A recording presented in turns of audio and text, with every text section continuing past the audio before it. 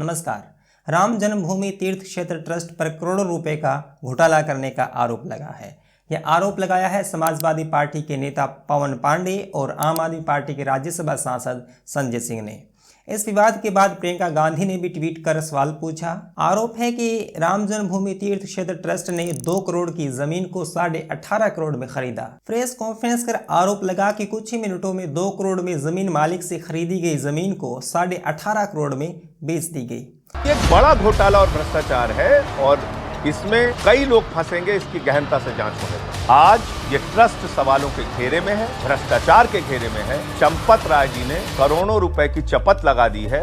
उन करोड़ों राम भक्तों की आस्था को गहरी चोट पहुंची है। इसलिए देश के प्रधानमंत्री को इस मामले में जवाब देना चाहिए। इस वीडियो में इस पूरे खुलासे को बेहद सरल तरीके से समझाऊंगा। आइए शुरू करते हैं।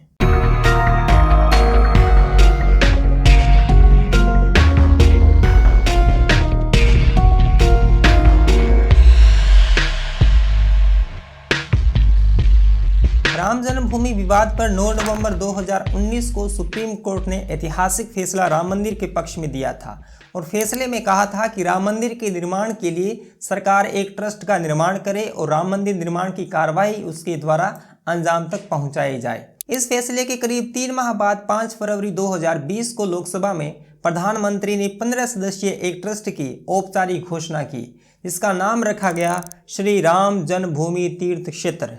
अब आप समझिए कि इसी ट्रस्ट को राम मंदिर निर्माण की जो पूरी कार्रवाई है इसकी जिम्मेदारी सौंपी गई है।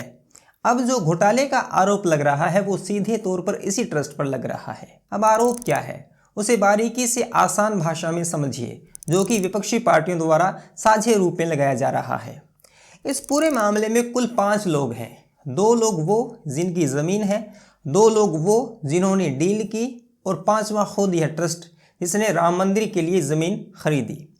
जिस ज़मीन पर विवाद है वो ज़मीन दरअसल कुसुम पाठक और हरीश पाठक नाम के 2 लोगों की थी। इस पाठक परिवार से सुल्तान अंसारी और रवि मोहन तिवारी नाम के 2 लोगों ने 2 करोड़ रुपए में 18 मार्च 2021 के दिन 7:05 पर खरीदी और इस ज़मीन को इसी दिन करीब 9 मिनट बाद यानी 7:16 पर श्री राम जन्मभूमि ट्रस्ट को 18.5 करोड़ रुपए में बेच दी। अब आप स्क्रीन पर इससे जुड़े कागजात भी देखिए। सरकारी कागजों में सब लिखा गया है। ये देखिए 2 करोड़ में खरीदी गई और अब ये देखिए 18 करोड़ में बेच दी गई। 17 करोड़ RGST भी कर दिए गए। अब सवाल ये है कि जो ज़मीन 9 मिनट पहले सिर्फ 2 करोड़ की थी वो अचानक 16.5 करोड़ कैसे बढ़ गई। संजय सिंह ने कहा कि 5 लाख रुपए प्रति सेकंड भाव कैसे बढ़ गया। विपक्षी पार्टियों द्वारा यही सवाल पूछा जा रहा है, जबकि इस सवाल के बचाव में ये कहा जा रहा है कि यह जो समय है वो ऑनलाइन रजिस्ट्री का है, एग्रीमेंट का नहीं है। अब 2 व्यक्तियों के नाम और बताता हूं, अनिल मिश्र और ऋषिकेश तिवारी। ये दोनों आदमी जो 2 जगहों पर जमीन लेन देन हुई है, दोनों की गवाह यही है। अब इस आरोप के बाद ट्रस्ट का भी बयान आया है। ट्रस्ट के महासचिव चंपत राय ने प्रेस विज्ञप्ति जारी कर कहा है कि ये आरोप राजनीति से प्रेरित हैं।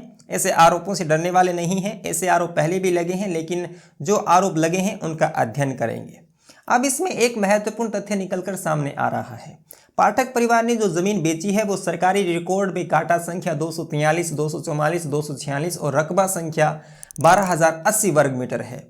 कुछ डॉक्यूमेंट्स की जांच की गई तो सामने आया कि 2 करोड़ में साल 2019 में 50 लाख की पेशगी देकर जमीन का एग्रीमेंट किया गया था। यानी पाठक परिवार 17 सितंबर 2019 में ही 2 करोड़ रुपए में ये जमीन बेचने के लिए समझौता कर चुका था। और कहा जाता है कि उस वक्त जमीन का रेट यही था।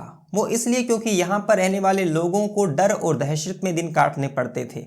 लेकिन जब नवंबर 2019 में सुप्रीम कोर्ट का निर्णय आया और तय हुआ कि अयोध्या में राम मंदिर बनेगा, तो उस क्षेत्र की ज़मीन की जो मार्केट थी वो अचानक बढ़ गई और वहाँ की ज़मीनों के रेट आसमान छूने लगे, जो कि स्वाभाविक ही था क्योंकि यह क्षेत्र व्यावसायिक रूप से महत्वपूर्ण बनने जा रहा था। ट्रस्ट के महासचिव चंपत राय के बयान में 2 बातें प्रमुख हैं।